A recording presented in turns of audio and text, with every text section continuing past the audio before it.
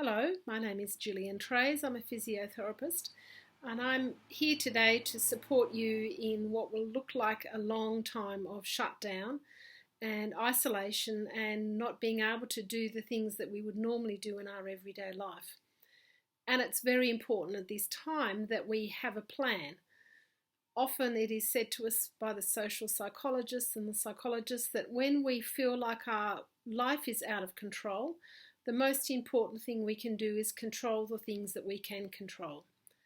Now, one of the first things that you can actually control is by getting out a piece of paper and start to write down what your daily routine will be looking like.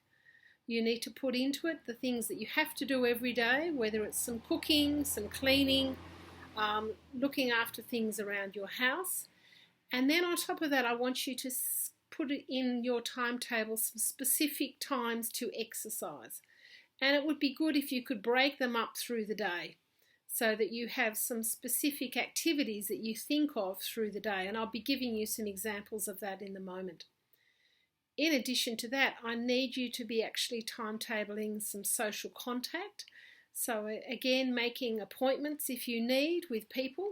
So you send them an email or you send them a text or you ring them and say, these are the times of the week I'm going to ring you. Make sure you buy your phone because that's going to be me ringing you. So make sure you timetable in that social interaction and that social contact.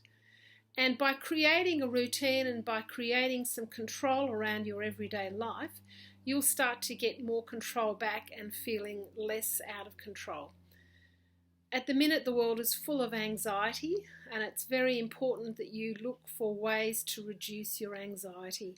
And this can be done through strategies like taking control, but also through things like deep breathing, some relaxation, going out into the garden, reading a book, doing some things that bring you pleasure and allow you to relax a little bit as well. Now, coming back to my comments about exercise, we know that we have to keep our bodies strong. For every one day that we spend sitting around on our bottoms, it will take 2 to 3 days to rebuild that fitness. So we need to be planning ahead for the long haul right now. And the sort of things that I need you to be thinking about are thinking about your balance skills, about your lower limb strength, so your legs, can you get up and down out of your chair easily? And then your upper limb strength, you might need to find some items around your house that allow you to use your muscles, and I'll be making some more videos in the next few days around these sorts of things. So first of all, we have balance skills. Secondly, we have to keep our lower limb and our upper limb, our arms and our legs strong. The third thing that we need to be doing is just stimulating our brain and our body through some coordination tasks. And those of you who've done exercise classes with me will know that I look at a lot of brain-body interactions, and it's very important that we keep all of our neurons in our brains working in this way by challenging our movement and challenging our thinking around what we're doing. We also need to be making sure that we stay flexible. So we need to be doing some stretching to make sure our arms and our legs and our neck and our shoulders don't freeze up. And this is particularly important for us as we get older, that we do some stretching every single day. I'll be doing some live streaming of some exercise classes. Hopefully I'll have my first class up on Saturday the 27th, but look out for details, some of my clients, as to how we're going to do that and how you log into that. But I'm certainly hoping to get a few live streaming sessions up to help you with your exercising. But that will only be a couple of times a week. The rest of the week, it's up to you to make your plan. Now, we also need people to keep up their cardiovascular fitness, and that means your heart and your lungs. And so we have to still keep doing things like going for a walk if you're able to walk outside your house. Make sure you put into your everyday routine going outside and going for a walk.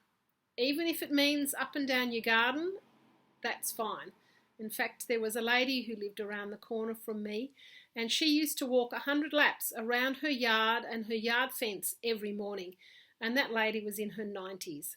So that was something that she planned to do, walk around her whole garden 99 times every day, and she did till the day she died. And so we need to be planning those outside walking activities so that we are keeping up our steps and we're keeping up some of our heart and lung capacity. So they're the key exercise things you need to be planning. So we need to plan for balance, practicing balance. We need to be planning for upper and lower limb strength. We need to be planning around doing some coordinated and hard movements, and I will be helping with that through some of our live streaming. We also need to be stretching, and we also need to be doing some cardiovascular activity. And they're the things you need to put down in that timetable that you've created for each day. And even if you break them up into some, the blocks and do a little bit of each type of exercise in each block, that would be a really good way to get started. As I mentioned in my first video, we've just got to be watching what we eat. It's very easy to eat high sugar, high fat foods, particularly when we're feeling stressed or when we're feeling anxious. So have a little look at what you're choosing to eat and just put those to one side. And head for those healthy things like lots of vegetables, lots of fruit, low-fat yogurts, those sorts of things. So if you're hungry, head for the fridge and grab some yogurt rather than heading to the cupboard and getting a Tim Tam. So we need to just be looking at our diet and planning around those things as well. So I'm going to finish up there for the moment and just watch this space because I'll be starting to roll out some videos around those specific key components to give you some ideas. So let's just recap.